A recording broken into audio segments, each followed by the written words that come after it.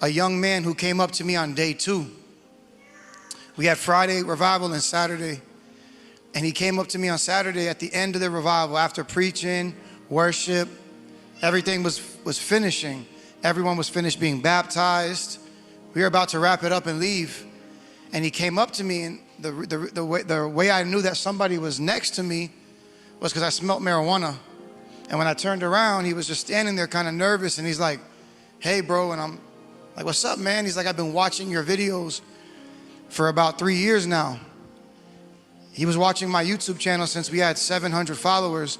Now we have over 600,000. And he was like, "Man, I've watched all your videos. I've been convicted." He's like, I'm a local drug dealer in Dallas.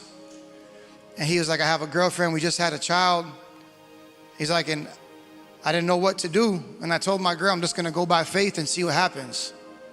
So he came, he was standing there, smelled like weed, high as a kite, just standing there by faith.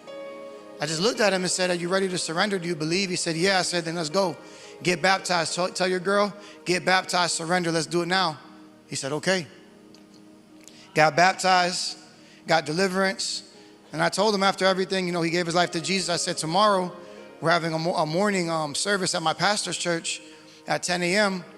If you're serious about giving up the dope game, like I was, bring everything you got to the altar." I forgot about it after that. I'm not gonna lie. I didn't remember it. The next day I forgot. And I'm preaching, and then I see him.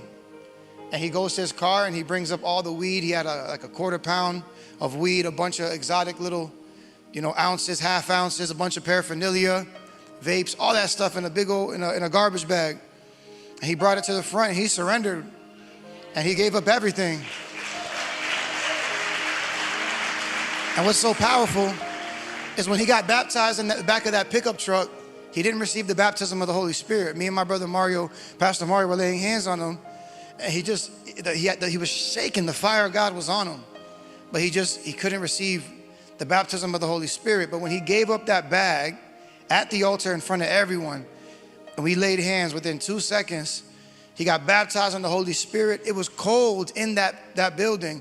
He was sweating bullets like fire. And was freaking